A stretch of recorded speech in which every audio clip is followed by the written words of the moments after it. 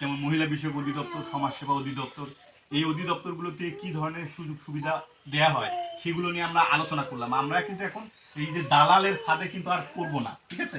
এই যে আমরা বলতেছি যে অনেক সময় আমরা বিভিন্ন ভাতার জন্য টাকা দিই, তো এই টাকা ভাতা, যে কোনো ভাতা হোক, বিধবা ভাতা, বয়স্ক ভাতা, প্রতিবন্ধী ভাতা, কোনো ভাতা করতে কিন্তু কোনো ধরনের টাকা পয়সা লাগে না। আপনি যদি অনলাইনে আবেদন করেন এবং সংশ্লিষ্ট অধিদপ্তরগুলোতে গিয়ে যদি যোগাযোগ করেন তাহলে কিন্তু ভাতা পেয়ে যাবেন। তো এগুলো নিয়ে তো আমরা বিস্তারিত আলোচনা করলাম। এখন আমরা একটা গুরুত্বপূর্ণ বিষয় নিয়ে আলোচনা করবো, সেটা হচ্ছে করোনা ভাইরাস। করোনা ভাইরাসের কথা কি আপনাদের মনে আছে? এই যে 2020 সাল, 21 সাল, 22 সাল করোনার যে আতঙ্কর কথা তো আপনাদের মনে আছে। আমরা বাইরে গেলে কি করতাম? মাস্ক করতাম না? মাস্ক ছাড়া কি বাইরে বের হওয়া যেত? এখন কিন্তু নতুন করে নতুন একটা ভেরিয়েন্ট। এখন তো আমরা তো করোনা ভাইরাসের সময় তো আমরা টিকা নিছিলাম না, তো এখন আবার নতুন করে একটা নতুন ভেরিয়েন্ট আসছে, যার কারণে আবার আমাদেরকে নতুন করে একটু সচেতন থাকতে হবে। এবং স্বাস্থ্য অধিদপ্তর থেকে এই করোনা ভাইরাস প্রতিরোধে কিন্তু একটা 11 দফা একটা নির্দেশনা প্রদান করছে, যে এই 11 দফা আমাদেরকে মেনে চলতে হবে। ভাইরাসটাকে আমরা কি দেখতে পাই? দেখতে কিন্তু পাই না। এখন কার মাধ্যমে কখন কোথায় ছড়াবে আমরা কিন্তু কেউ জানি না। তো সেক্ষেত্রে আমাদের সবাইকে কিন্তু একটু সচেতন থাকতে হবে, সতর্ক থাকতে হবে, ঠিক আছে। দেখা যাচ্ছে যে সরকারি অধিদপ্তর থেকে একটা কিন্তু নির্দেশনা আছে যে এখন আমরা যে জনসমাগমপূর্ণ যে এলাকাগুলো আছে সেই এলাকাগুলো আমরা একটু এড়িয়ে চলবো। এখন আমরা সেই জায়গাগুলোতে আমরা যাব না।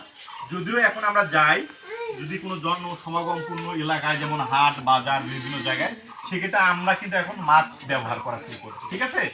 মাস্কটা যদি আপনি ব্যবহার করেন, এটা শুধু করোনার ক্ষেত্রে না, আপনি এমনিতেই মাস্ক ব্যবহার করলে কিন্তু আপনার অনেক ধরনের উপকার আছে। যেমন আপনার ধুলাবালি ভিতরে ঢোকে না, আপনার শ্বাসতন্ত্রে কিন্তু অনেক ধরনের ক্ষতি করতে পারে।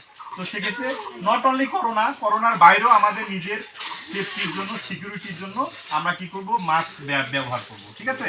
আর অনেক সময় যে আমরা অনেক সময় হাসি দেই, কাশি দেই না, তো হাসি কাশি দেওয়ার সময় আমরা একটু সতর্ক থাকবো।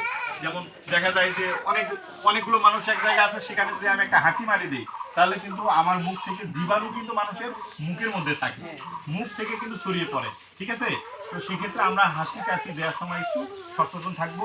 এবং দেখা যায় যে এই যে আমরা আগে বলছিলাম যে স্যানিটাইজার, আমরা যদি স্যানিটাইজার দিয়ে হাত ধোয়ার কথা আমরা বলি, তো আমাদের যদি স্যানিটাইজার না পাইলেও অন্তত আমরা সাবান দিয়ে আমরা একটু বাইরের থেকে আমরা যে কোনো কাজকর্ম করে এসে আমরা গিয়ে মানে সাবান দিয়ে সুন্দর করে হাতটা আমরা ধোবো। যেমন এখন আমরা আসছি না, বাইরে আসছি না, বাড়িতে যখন যাবেন, যখন কোনো বাচ্চাকে কোলে নেবেন, বাচ্চাকে ধরবেন, তার আগে অবশ্যই আপনি সাবান দিয়ে হাতটা ধুয়ে নেবেন। আমার কিন্তু একটা বাচ্চা আছে, আমি যখন বাড়িতে যাই, বাড়িতে গিয়ে আমি কিন্তু অবশ্যই আগে সাবান দিয়ে হাতটা ধুই। এটা আমি বাস্তব কথা বলছি, সাবান দিয়ে হাত ধুয়ে তারপরে আমি বাচ্চাকে কোলে নিই, তার আগে কিন্তু আমি কোলে নিই না। এইটা আপনি যদি নিজে সচেতন থাকেন, আমরা যদি স্বাস্থ্য সচেতন থাকি, তাহলে কিন্তু কখনোই আমাদেরকে রোগ ব্যাধি আক্রমণ করবে না। আমি যদি নিজে স্বাস্থ্য সচেতন থাকি, তাহলে আমি নিজেকে সেফ রাখবো, ঠিক আছে।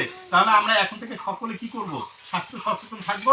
সেটা করোনা ভাইরাস হোক কিংবা অন্য কোনো রোগে হোক, আপনি সচেতন থাকলে এই রোগগুলো আমরা প্রতিরোধ করতে পারবো, ঠিক আছে। তো যাই হোক, আমি আর বেশি কিছু না বলি, সবাইকে অনেক ধন্যবাদ, ভালো থাকবেন।